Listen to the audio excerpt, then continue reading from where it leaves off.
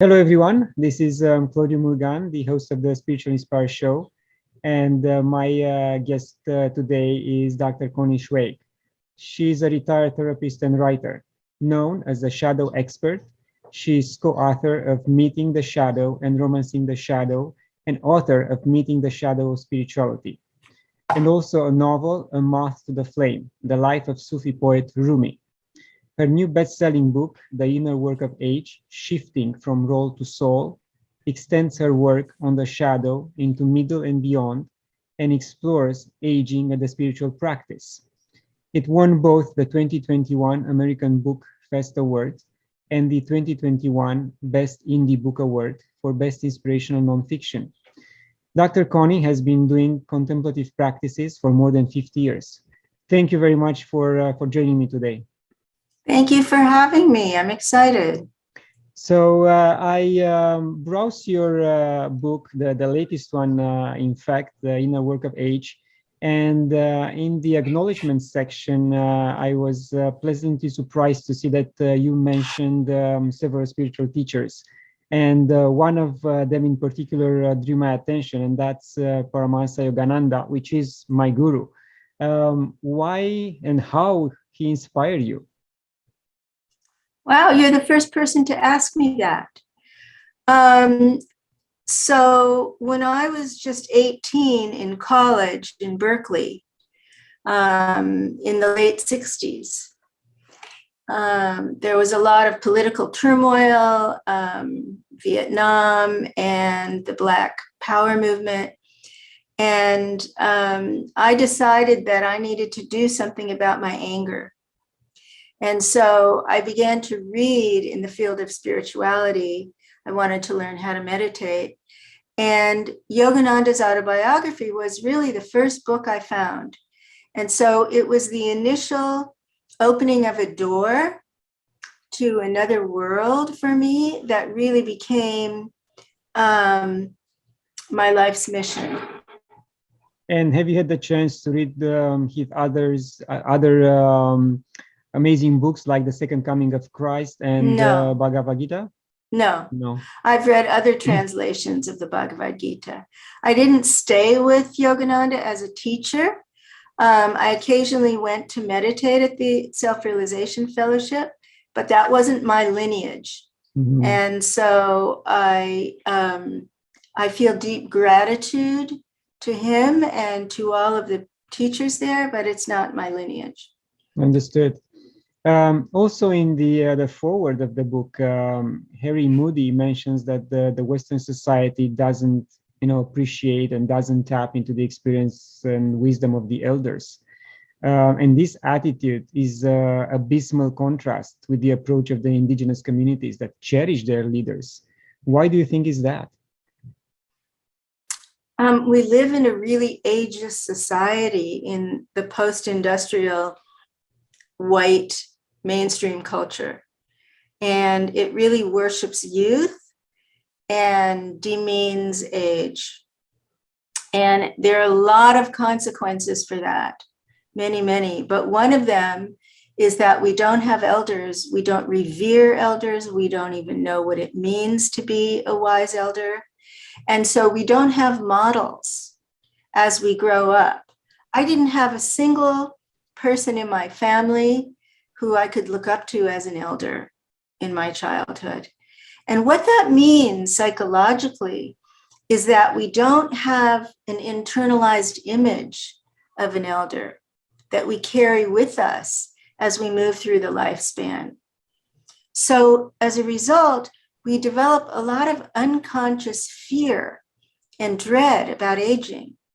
We internalize the ageism in the collective into what I call the inner ageist.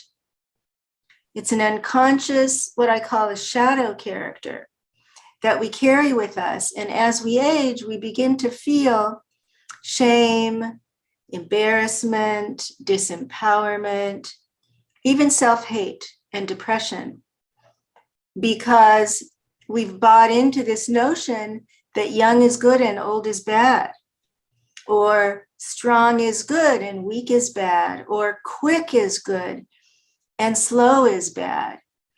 And so all of the changes that naturally occur with aging end up bringing us grief and resistance and self-hate.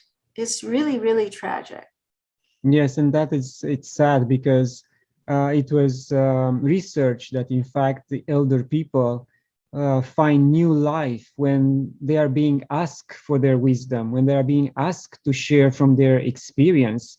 And even the simple fact of someone in their late 60s, 70s taking care of the family by preparing the meal, it's something which will empower them, give them the energy to move forward in later years of life. And we, the younger generations, really don't understand that. And we think that we protect them somehow if we don't go and ask for advice. And please, yeah, I mean, we live now with age segregation. You know, there are fewer multi-generational families living together who can do that, who can share babysitting and meal preparation, and also this deeper issue of transmitting life lessons to the next generations. And so there is no eldering going on. And one of the reasons I wrote the book was because I felt just what you're describing. In my late 60s, I began to feel disoriented and wasn't sure when I retired from my clinical practice as a therapist what my life would be about. And I started to feel all these fears of becoming invisible and irrelevant and useless. And I realized that millions of other baby boomers must be feeling that. But most of the books about aging are about aging from the outside in. They're about finances and healthcare and demographic issues. They're not about aging from the inside out. What is the lived experience, the inner world like? And definitely not about the spiritual purpose of this stage of life. I mean, I couldn't find material on these things. And that's why I realized I needed to write another book.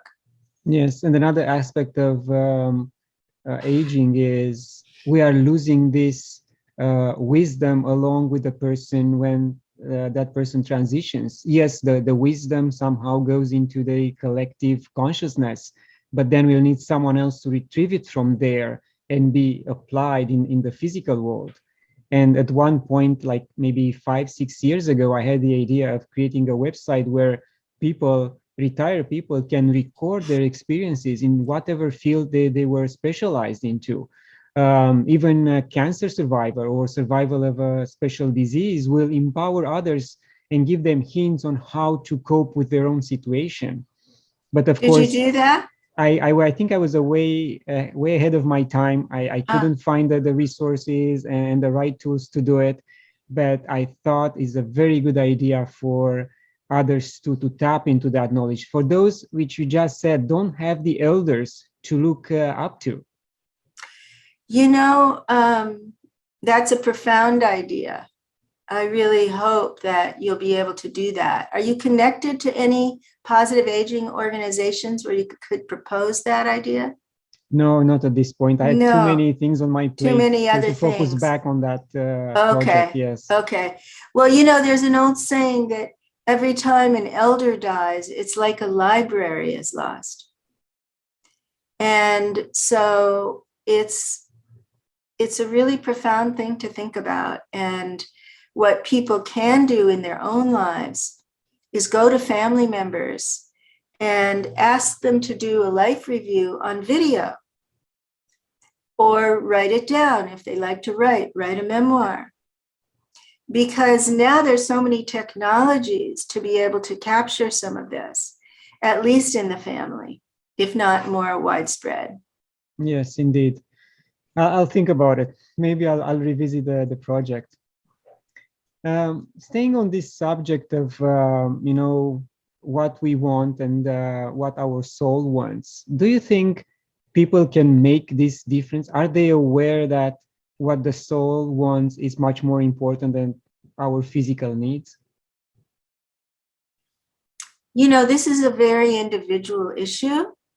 So for people who don't have their survival needs met, it's a luxury to think about the shift from role to soul, right? For people who have a good foundation in the physical world, either financially, emotionally, psychologically, there's an opportunity in this stage of life to turn within and begin to attune to the deeper voice of the soul. I think that every spiritual tradition in every culture teaches that the whole point of this stage of life is spiritual practice. It's transitioning out of the household and out of the career roles into contemplation and maybe awakening, spiritual awakening. And so this is a universal teaching.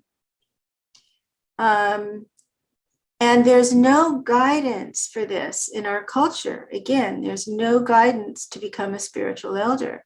And so what happens is, people continue going to church. They think it's about their beliefs. It's not about beliefs. It's about experience. Spiritual, direct, internal spiritual experience. And they typically don't find that in organized religion. And so what I did with the book is I set up really a rite of passage. If you go through the book from chapter 1, each chapter is full of practices. And as you move through, you get to spiritual practices, and there are many of them in the book. And you begin to attune to yourself and find, what do I resonate with? What is calling to me? And that's attuning to your soul. That's listening to your deeper, like when I said to you earlier, that wasn't my lineage. I had to wait until I recognized my own lineage. It wasn't Judaism in which I grew up. And so for me, that's an important guidance to give to people, that they can find a contemplative practice, even in a late stage of life, that really deeply resonates with who they are now, not with who they were as a teenager or in midlife, but with who they've become now. And so they walk through the practices in the book to become an elder. And then it opens out into becoming a spiritual elder. And there are so many possibilities now because all the spiritual traditions have become democratized, right? All the mystical teachings are available. All of the teachers are here for us. And so you can kind of tune in and then explore and see what resonates and what doesn't resonate until you find a practice or a teacher or a community that really fits who you are now. Yes, you also mentioned that this process to achieve the spiritual elder status, if I can say so, also involves certain passages, rite of passage, pretty much. Do you think that these rites of passage have changed in the last 40 to 50 years? Well, we don't have any. That's what we were saying at first. Indigenous people had them, and it was a lot about going into the wilderness alone and learning how to survive and how to self-reflect. We don't have these practices. And so that's one of the reasons I wrote the book. So for me, as I went through my own rite of passage, and which really deeply changed me, one practice that was really important was doing a life review. And I expanded the traditional life review, which is the ego's story of how we lived our lives, to include the unlived life in the unconscious, in the shadow, which is my expertise, my training in depth psychology. So then we can connect what we lived with what was unlived.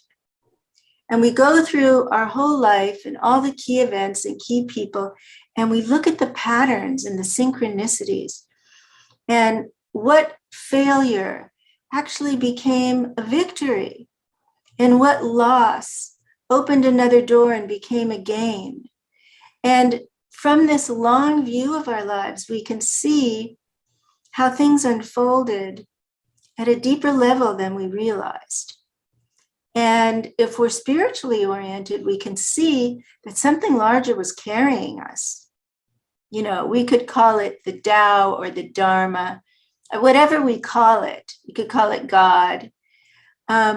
Something was carrying us. It wasn't that our ego was in control, which is what we thought. You know, we're making decisions and we're rational. We can see this larger story that was holding us. And so for me, that's one step in becoming an elder. Another important one is emotional repair. Because if we don't reconcile our relationships and really work on healing our wounds, when people age, they can become bitter and rigid and regretful. And that's not becoming an elder. That's growing old, but it's not growing wise. And so that inner work is necessary. And spiritual repair is necessary. You know, many of us who've been on the path for a long time have experienced a lot of disillusionment, even spiritual or religious abuse. And so how do we repair that so that we can reconnect now with spirit or with the divine in the face of death, you know, with mortality awareness? Because that changes our spirituality when we recognize that we're mortal and our time horizon is shorter now. So for me, that's part of the rite of passage. And mentioning mortality, I think there's so much denial of mortality in our culture.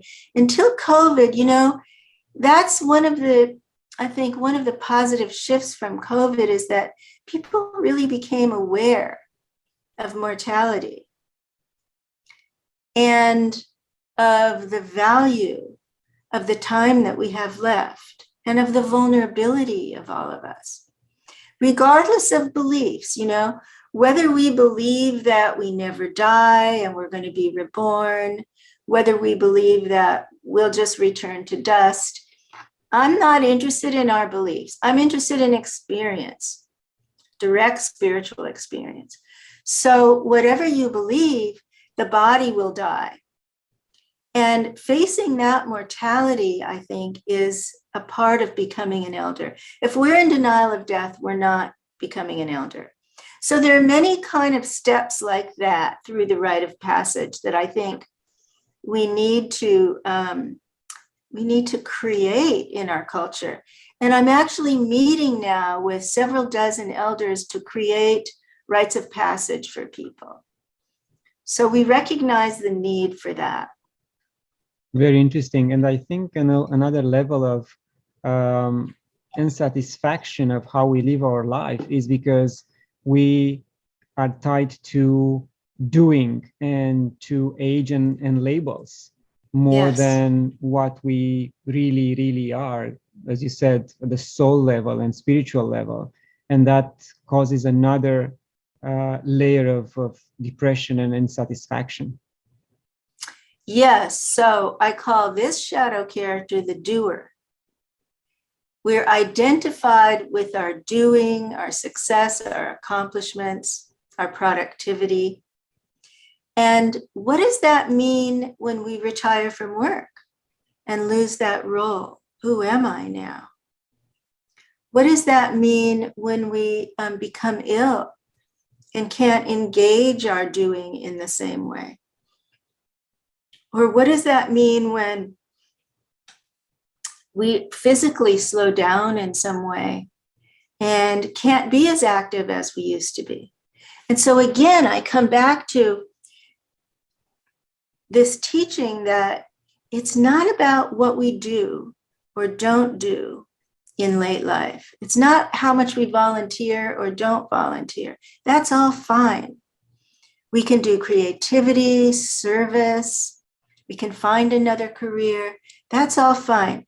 What I'm talking about is an internal state of mind or level of awareness or level of consciousness, if I can use that language.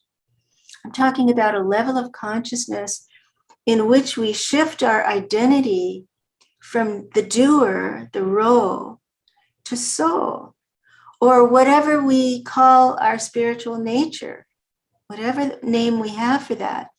How do we shift our deep identification from what we do to who we really are? And the phrase roll to soul came from Ram Dass. I borrowed that term from Ram Dass, who came up with it many decades ago, and I remembered it all this time. And it just fits so perfectly what I was trying to write about. So I want to acknowledge that. And so this shift from role to soul is a way of saying that this stage of life calls to us. It's not over when we stop working. It's not over when we stop doing, when we experience an emotional loss or lose a job or even become ill. The soul's development continues. And whatever we call that, Jungians call it individuation. Psychology calls it emotional, spiritual development, right? Whatever we call that, it continues. The arc of the soul in time continues to move. And the teaching here is that we can attune to that and we can support that movement, that evolution of the soul. We can support it by the inner work of age. Yes, you're quite right. And no matter how many hours we volunteer for a good cause, no matter how many people we help, we still have to go back to that inner peace, that awareness you just mentioned, and consciousness, because that will help our soul develop, not just action every single day without a pause to reflect on what's important for us and how we can move forward spiritually. That's, I think, it's a big misunderstanding in today's society. It's a big misunderstanding. In psychology, we would call it a split. There's a split between being and doing. So people listen to me and they think, oh, I've got to stop doing everything and just sit around. And that's not what I'm saying. I'm saying there's a quality of awareness that we can cultivate and bring into anything we do. And you might start, to our listeners, you might start attuning to other people and checking in and seeing, do they have that elder quality of awareness? Are they connected to something larger than their egos?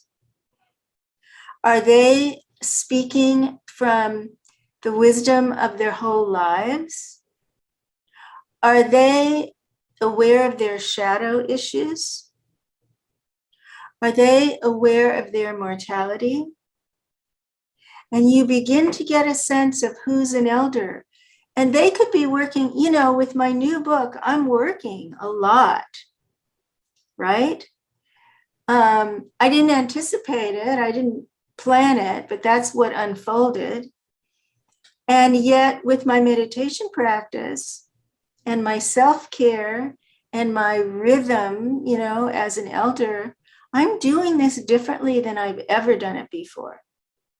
I was really, when the last book came out, I was pushed from within to be the doer. And I was attached to the outcomes of all my efforts. I'm not feeling either of those things now. There's a freedom inside as this is moving through me. Yes. And so it's a very different experience as an elder. Interesting. And to add to my previous point, I think the society is moving us into that direction. It's trying to keep us busy mentally, so we don't have time to go within, because enlightened person or a person which is conscious is less Compliant, exactly, and less manipulated. So Yes. that is not something those in power want us to become, because then we will ask questions, we will inquire more, and that's not what they desire from us. Yeah, I don't think it's I don't see it quite as paranoid as that, but I think it's more about capitalism. I think it's more about the workaholic culture wants to keep us productive in order to keep the economy moving. Mhm. I don't think it's that people really don't want us to stop and reflect, because there's an awful lot of political activism and polarization now. But I think the workaholic culture has trained us from an early age to be busy and to be making money and to care about money and to care about productivity. And, you know, there are a lot of shadow sides to that. A lot of shadow sides to that. And I think now in our 60s, 70s, 80s, that the ages that I'm really dealing with, some people in their 50s, there are people in my 40s in their 40s coming to my workshops. There was one guy 30 said he read my book and it changed him forever because he's going to age differently. But mostly I'm talking about people after midlife. And, you know, for those of us in that stage of life, we're not so driven anymore. And if we continue to be driven like our midlife heroic selves, we really miss out. We miss out on this larger, deeper spiritual reality that's just waiting for us. You know, it's just waiting there for us to tune in and expand our consciousness and open up to something larger than ourselves, and then see what arises. For some people, service will arise, you know. Yes. For other people, you know, and especially extroverted people who want to be in community, who want to be with other folks, and more introverted people, that may not arise. They may want to learn more meditation or focus on their creativity, you know, or their families. Yeah. How was your book received by, you know, religious and spiritual communities? Well, I'm talking to the Unitarians next month, and I'm talking to the Theosophical Society. There are a couple synagogues. There are some alternative spiritual groups who've invited me. No mainstream Christian churches, although I'd be happy to do that. You know, in the book, there are interviews with teachers from every tradition. So Father Thomas Keating, you know, who was a Trappist monk and the founder of Centering Prayer, gave a beautiful interview, and it turned out that it was right before he died. So it's really precious to me. But I also interviewed Krishna Das and Ken Wilber and a couple of rabbis, Rabbi Rami Shapiro, and several Buddhist teachers, Roshi Wendy Nakao and Anna Douglas, who founded Spirit Rock. So the book is very ecumenical. And the reason is that I'm not hung up on beliefs. For me, it's not about what we believe, as I said, it's about what we experience. And that means we can be all inclusive with the teachings and not get hung up on the language differences and all that stuff. Yeah. Yes, I think we need more books like yours to make no difference between beliefs and point fingers saying, oh, my beliefs are better than yours and you have to follow my path. And I'm also a strong believer that each one of us has his own path. And if the end goal is the same, enlightenment, getting better as a human being, that's the most important goal of our life. So yeah, And thank you. Yogananda was a beautiful model of that, you know, the way that he included both Hinduism and Christianity in a mystical context. It's not that there's no difference in beliefs, there are, but at the mystical level, that doesn't matter. Yeah. Yes, I mean, his Second Coming of Christ book explains the New Testament in a very different way. And it's sad that there are not too many Christian priests interested in this type of teachings and understanding these It's teachings from a tragic. different perspective. Yeah, it's tragic. I know. There is a lot of talk these days about, you know, society moving into smaller communities in order to survive the potential failing of social structures. Do you see these communities evolving beyond the way of practicality and surviving into a more spiritual way, and community moving together towards God and enlightenment? I don't really know what you mean by survivalist communities. I'm not really tuned into that. It feels paranoid to me. But I do feel there are about 30 groups now reading my book in community. And their intention is to age together. And they're going through the practices together. There are lots of spiritual communities that are you know, doing practices together. You probably know Buddha at the Gas Pump. Yes. Rick Archer's podcast. I mean, I did that interview and in a minute there were 20,000 views. So there's so much interest in awakening and higher levels of development. Ken Wilber's whole integral life thing is so huge, it's international and everything. So there's a huge amount of interest in this. And there are genuine breakthroughs. I know, I would say a dozen people now who are in very high stages of awareness or levels of consciousness, very, very advanced. So this is happening. From my point of view, it's happening on a small scale relative to the crises that we're in. The social cultural crises and also the climate crisis. So, you know, I don't know.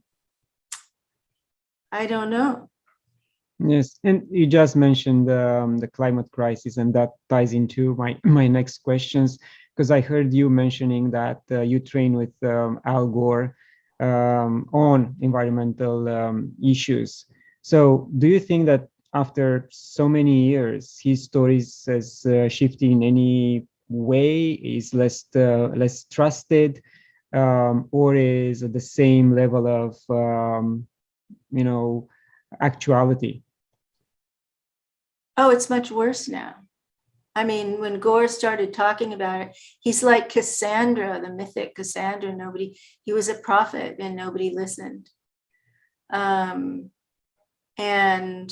you know, I don't know why, when he was in the White House, why he wasn't able to do anything with Clinton, but it's much, much worse now. So I trained with him several decades ago. And then I trained with Citizens Climate Lobby and went and lobbied Congress. I have a friend who's writing about climate crisis in an aging society, because there are 10,000 boomers turning 65 every day. So the aging crisis is happening in the context of the climate crisis, and there's a lot of interaction there between those two themes. Yeah, you know, Biden's Build Back Better could have had some impact. Who knows what'll happen now? I don't know. So you don't see a solution to this crisis? Oh, there are many, many solutions. I mean, there are many, many solutions, but they're not being applied on any scale that makes a difference. Because, so what do you think it holds them back? Well, the fossil fuel companies have politicians and governments deadlocked. I mean, it's pretty simple.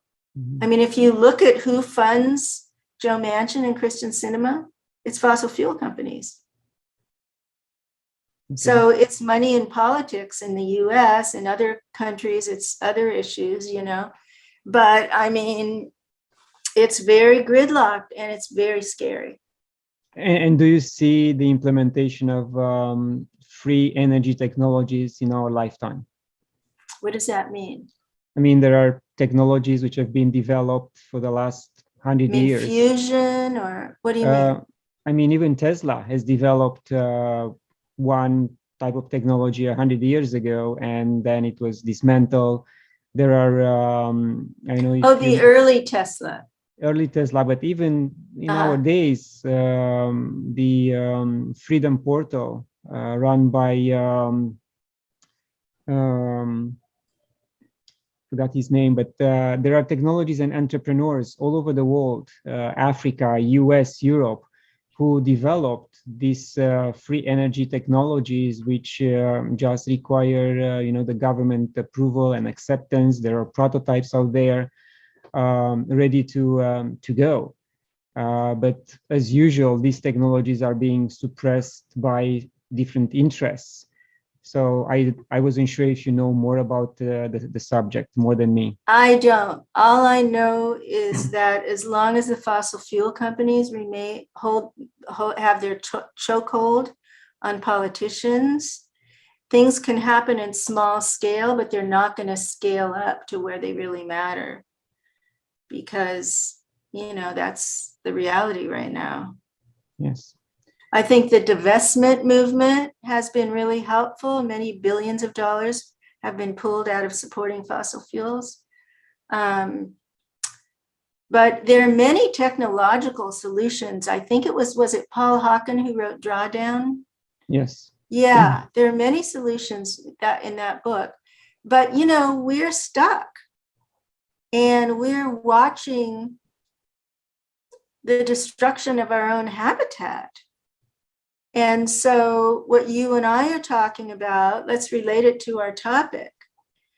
I'm worried about my grandkids and the world they're going to grow up in.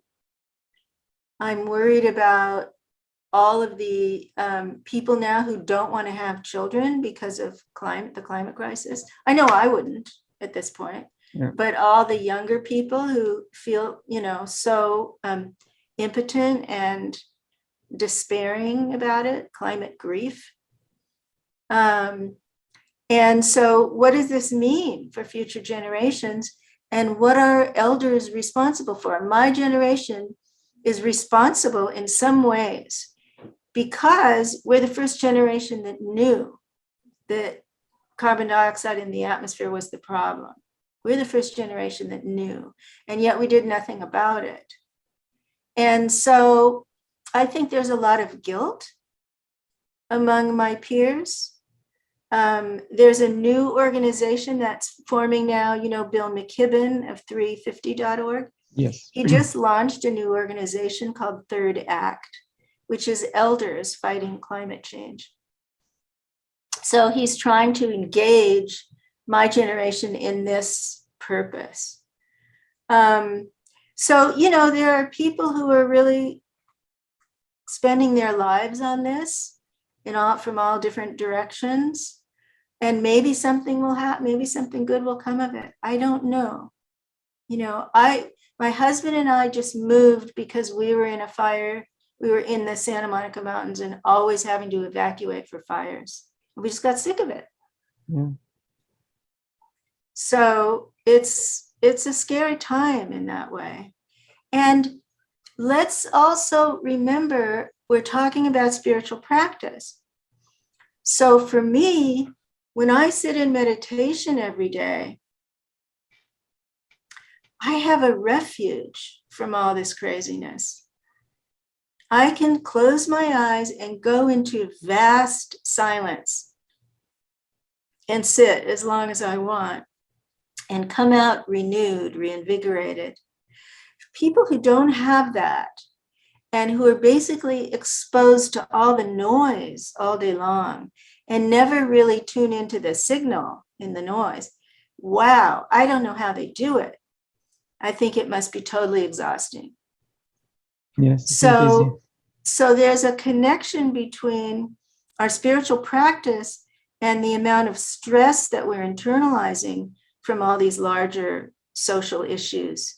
And whatever social issues you're concerned about, gun violence, racism, hunger, you still need that refuge inside yourself. That for me is the most important thing. And I really think if I hadn't started meditating when I was 19 years old, I'd be a very different person. I mean, I don't know who I would be. I don't know if I would have survived. But I'm so grateful for practice. Yes, and I mentioned so many times that our schools miss this, or educational system miss this component. Yes, they do learn religion in schools, but what if they will take 15 minutes out of that hour to learn about meditation and how they can still their minds? That will bring up a new generation of much more wise individuals. Yes. And much more calm individuals. But again, the system is not there for them from that perspective, at that set, because at home, no matter how much we try to induce this type of behavior into our kids, it's hard. It's very hard. Yeah, well, that would create a whole new run on homeschooling because Christian parents would be so freaked out. So it's very difficult. Yes. Let's talk a little bit more about your programs, your workshops. Okay. So I'm teaching several different kinds of workshops. One of them is on life review, and it's an animated PowerPoint. So it actually demonstrates how to do it. And I give time for self-reflection so that you're really doing it during the workshop.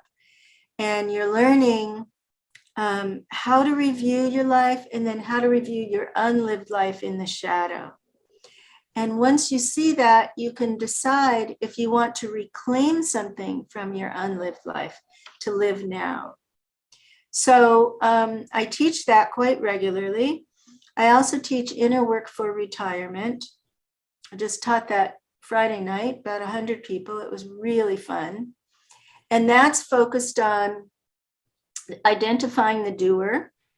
And people have different names for that shadow character, provider, driver, and then they identify that part of themselves and they learn how to make the shift from role to soul using shadow work and meditation. So shadow work and then a centering practice, and then they practice making that shift. I also teach Becoming an Elder, which is kind of an overview of the book and what we were talking about, the rites of passage in the book. And I also teach creativity and shadow work. So for people who struggle with creative blocks, I'm offering a way to identify the shadow characters that are blocking you when you begin a project or maintain a project or complete a project. There are these impulses that come up from the unconscious and stop us. And if we can learn to actually identify them and do our meditation practice and observe them and not follow them, which is what shadow work is about, then we can have a much more creative flow in our lives. So those are the main workshops that I've been teaching. Yeah, it's very interesting because we all need to unblock our creativity in our daily life and even in our working life sometimes. So that's very important. Are you working on any new book? Well, and I just would say that those are always listed on my website on conniezweig.com if anybody's interested in checking it out. I'll have a book coming out in 2023. It's a previously published book that went out of print called Meeting the Shadow of Spirituality. And this publisher that I'm with now wants me to update it, revise it, and reissue it. And, it's about the shadow side of all the gurus and all the priests and all the communities, and how to make sense of spirituality in light of the ever-present human shadow. Interesting. Dr. Connie, we are approaching the end of the interview. Any final thoughts, please? You can email me at conniezweig@gmail.com. If you are reading the book and you're interested in reading it along with other people and aging in community, doing the practices together, you can join a wisdom circle or a book club, and I will put you together with other people. So you can reach out to me if you're interested in that. Just put wisdom circle in the subject line of the email. And thank you, Claudiu. This was really lovely. So glad we had this time together. Thank you very much. Same here. And to my viewers, thank you for watching. Share it, like it. Support me on patreon.com/Claudiu Murgan. Get a free copy of my book when you visit my website. And until next time, love and gratitude.